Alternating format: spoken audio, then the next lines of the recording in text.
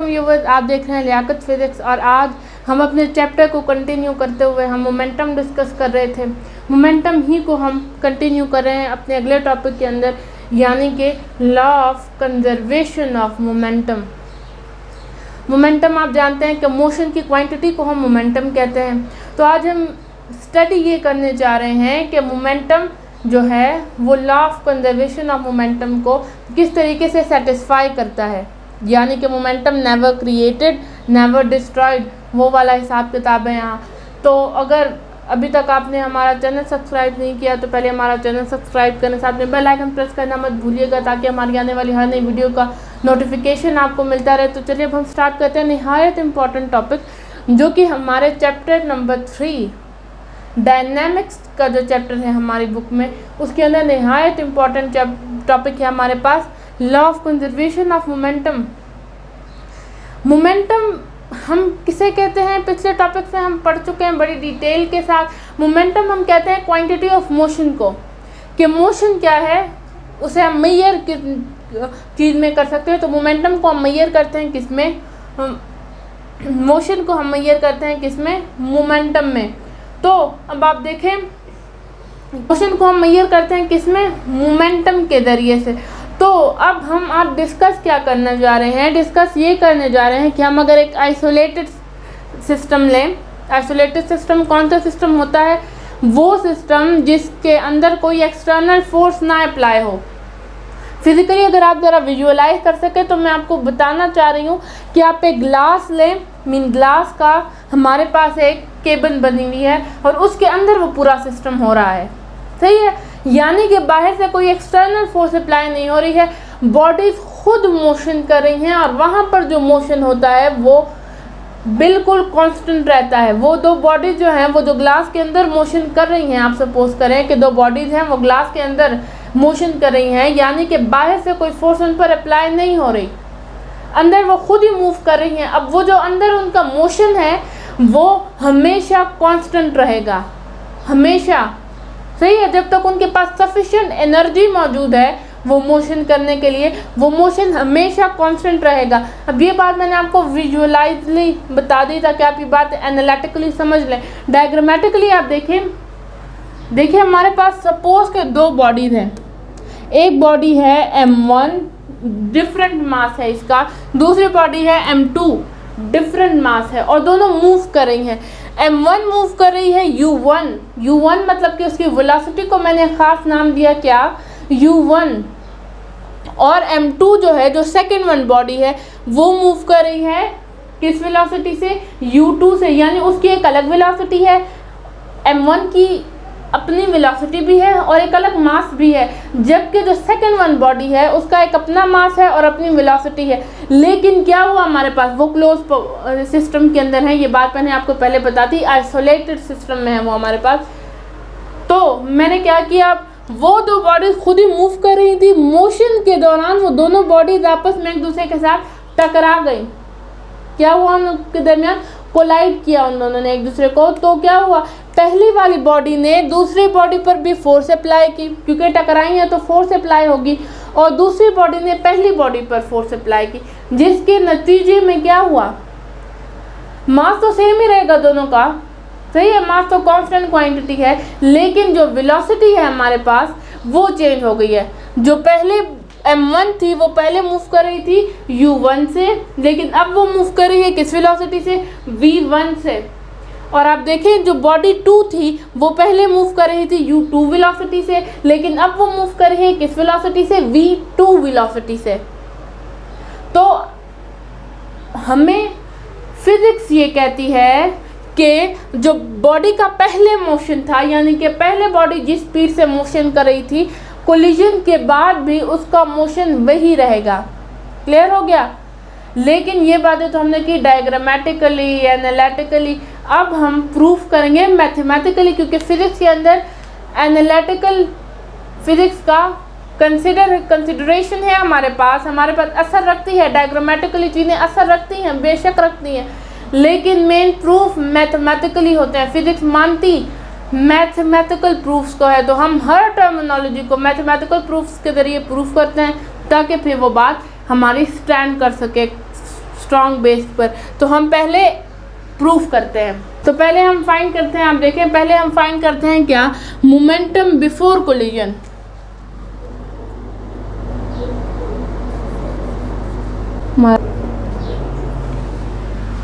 हम पहले क्या फाइंड आउट करना चाह रहे हैं, मोमेंटम बिफोर कोलिजन।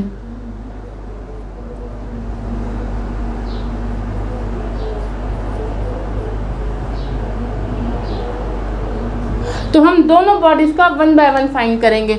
तो पहली बॉडी है ये, दूसरी बॉडी है ये। तो पहली बॉडी का क्या आएगा हमारे पास, क्योंकि ये इनिशियल मोमेंटम है, यहाँ पर फाइनल मोमेंटम है, तो हम क्या करेंगे, P1 इनिशियल, यानी कि बॉडी 1 का इनिशियल मोमेंटम किस चीज़ के इक्वल है, m1 इनटू वेलोसिटी क्या है हमारे पास, u1। आप जानते हैं कि वेलोसिटी mv फार्मूला है मोमेंटम का, तो बॉडी का मास m1 है और वेलोसिटी क्या है, u1 है। तो इसे नाम दे देंगे हम क्या, इक्वेशन नंबर 1। बॉडी 2 का, body 2 initial is equal to m2 u2 which is equation number 2। सही है, हमने मोमेंटम फाइंड कर लिया कोलिजन से पहले का, यानी ये केस हमने डिस्कस कर लिया। अब हम मोमेंटम फाइंड करेंगे आफ्टर कोलिजन। अब आप देखें, अब हम फाइंड कर रहे हैं मोमेंटम आफ्टर कोलिजन का, यानी कि पहले हमने फाइंड किया बिफोर कोलिजन क्या था मोमेंटम हमारे पास बॉडीज़ का। अब हम फाइंड करेंगे कि आफ्टर कोलिजन क्या मोमेंटम है। तो हम लिखेंगे कि P1 यानी कि बॉडी 1 का फाइनल मोमेंटम, सही है, P1F इज इक्वल टू क्या हमारे पास आएगा, m1 इंटू v1। ये हो गया हमारे पास इक्वेशन नंबर 3।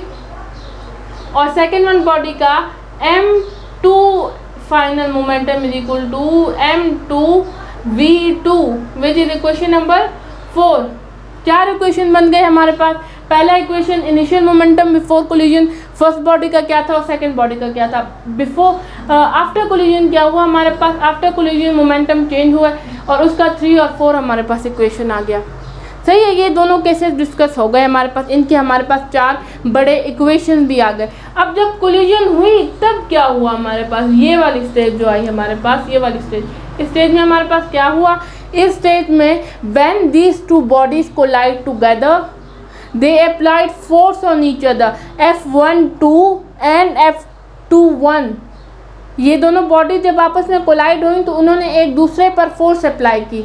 सही है, 2 फोर्सेस अप्लाई हुई। पहली फोर्स हुई F21 और एक F12। तो पहली फोर्स क्या हुई, F21 फोर्स जो है, F12 force is applied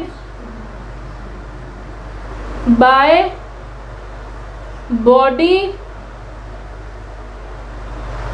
1 onto 1। जो पहले वाला नंबर है मतलब वो अप्लाई कर रहा है और जो सेकंड नंबर है उस पर अप्लाई हो रही है बॉडी 1 on 2। सही है, जबकि जो F21 है वो किसने अप्लाई की है, बॉडी 2 ने अप्लाई की है बॉडी नंबर 1 पर।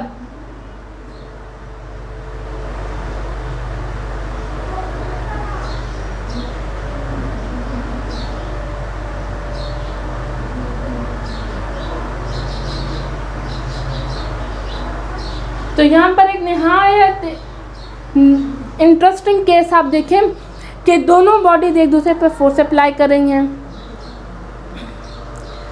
दोनों बॉडीज एक दूसरे पर फोर्स अप्लाई कर रही हैं और उन फोर्स का मैग्नीट्यूड भी इक्वल है, लेकिन these forces are opposite in the direction. मतलब कि यहाँ पर कौन सा हमारे पास रिलेशन बन रहा है, आप ज़रा दिमाग पर जोर डालें। हमारे पास रिलेशन बन रहा है ये Newton third law of motion, action और रिएक्शन का। एक बॉडी ने एक पर एक्शन किया, एज अ रिजल्ट दूसरी बॉडी ने रिएक्शन दिया हमें, which is equal in magnitude but opposite in the direction. तो हमारे पास ये रिलेशन इस तरीके का बनेगा, that force F12 is equal to minus F21। सही है, देखें जरा आप। और हम इस इक्वेशन को कह देते हैं इक्वेशन नंबर सपोज स्टेरिक। ये कौन सा इक्वेशन हो गया हमारे पास, स्टेरिक हो गया हमारे पास। अब हम इस इक्वेशन को ही फर्दर सॉल्व करेंगे। तो F12 जो फोर्स है, ये कौन सी फोर्स है, अब इसका इक्वेशन हम डिराइव करते हैं। F12 यानी कि क्या हुआ है,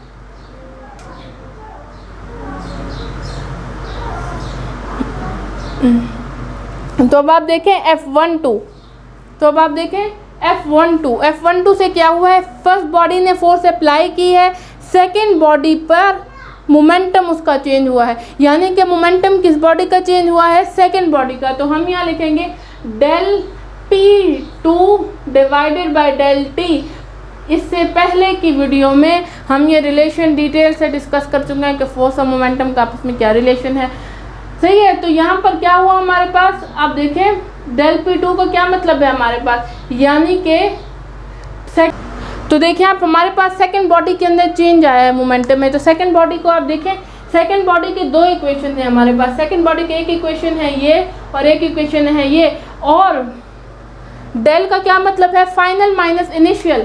तो यहाँ आएगा P2 final minus P2 initial divided bye क्या आ जाएगा, डेल T। तो F12 is equal to P2F की क्या वैल्यू है हमारे पास, P2F ये वैल्यू है उसकी, M2V2 माइनस P2 इनिशियल की वैल्यू क्या है हमारे पास, मोमेंटम इनिशियल क्या है बॉडी का हमारे पास, M2U2 divided by del T। ये इक्वेशन हम कंसिडर कर लेते हैं, ये है इक्वेशन नंबर 4 तक इक्वेशन प्रेजेंट है हमारे पास, ये है इक्वेशन नंबर 5। ये वाला सॉल्व हो गया टर्म। अब हम ये टर्म सॉल्व करते हैं। हमारे पास F21 क्या है, F21 यानी कि पहले सेकंड बॉडी ने फोर्स अप्लाई की और फर्स्ट वन बॉडी का मोमेंटम चेंज हुआ। तो अब हम इसे कैसे सॉल्व करेंगे, इसे हम लेते हैं कि del P1 divided by del T।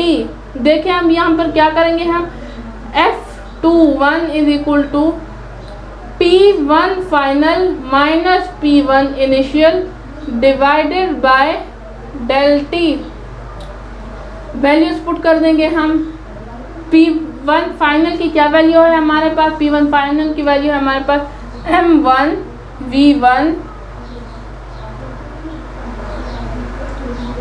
Minus P1 initial की वैल्यू है हमारे पास M1U1। देखें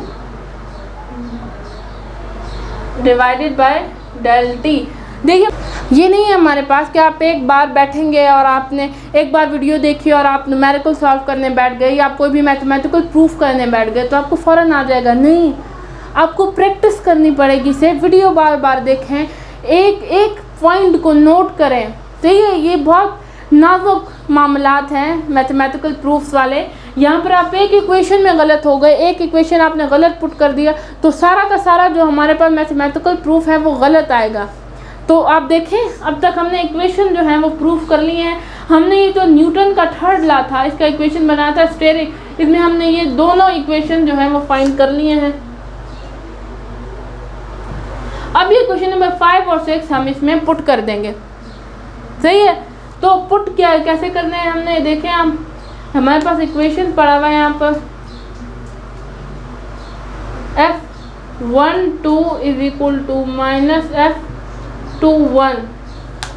तो F12 की क्या वैल्यू है हमारे पास, F12 की वैल्यू है ये M2V2 माइनस M2U2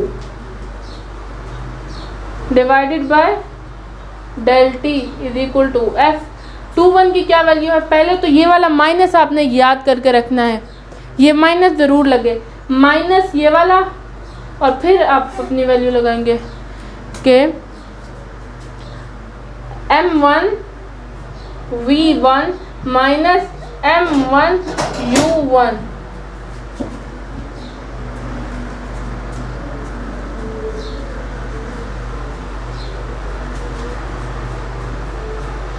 सही है। और अब आप यहाँ पे नीचे लगा देंगे डेल T। अब पहला काम आपने क्या करना है, यहाँ पर ये दोनों टर्म हो जाएंगी कैंसिल, ये दोनों टर्म्स कैंसिल हो जाएंगी, तो यहाँ क्या बच जाएगा, m2 v2 minus m2 u2 is equal to, यहाँ पर आप माइनस को कॉमन कर लें, सही है, क्योंकि दोनों टर्म्स के साथ माइनस है तो माइनस कॉमन हो जाएगा, तो ये बन जाएगा minus m1 v1 plus m1 u1। अब आप जो है हमारे पास इनिशियल सिस्टम वो आप एक साइड पे कर लें, यानी कि u1 और u2 वाली एक साइड पे कर लें और v1 v2 वाली जो क्वांटिटीज़ हैं उनको एक साइड पे कर लें, तो ये आ जाएगा हमारे पास, ये माइनस वाली है ना तो इसे इधर ले आते हैं और ये माइनस वाली इधर ले आते हैं ताकि वो पॉजिटिव के अंदर चेंज हो जाए, तो ये हो जाएगी हमारे पास m1 v1 plus m2 v2 is equal to m1 u1 minus m2 u2, minus नहीं यहाँ पे प्लस आएगा, सही है। ये m2 u2 को मैं इधर ले गई हूँ और इस वाले m1 v1 को मैं इधर ले आई हूँ, क्लियर हो गया आपको। तो हमारे पास अब देखिए फाइनल टर्म क्या आ रही है, that m1 v1 plus m2 plus v2, यानी कि फाइनल मोमेंटम यहाँ पर जो है m1 v1 plus m2 v2 is equal to, किस चीज़ के इक्वल है, m1 u1, यानी कि m1 u1 प्लस m2 और u2, मीन्स के इनिशियल मोमेंटम यानी कि बिफोर कोलिजन मोमेंटम और आफ्टर कोलिजन मोमेंटम दोनों सेम हैं। ये चीज़ हमने मैथमेटिकली प्रूफ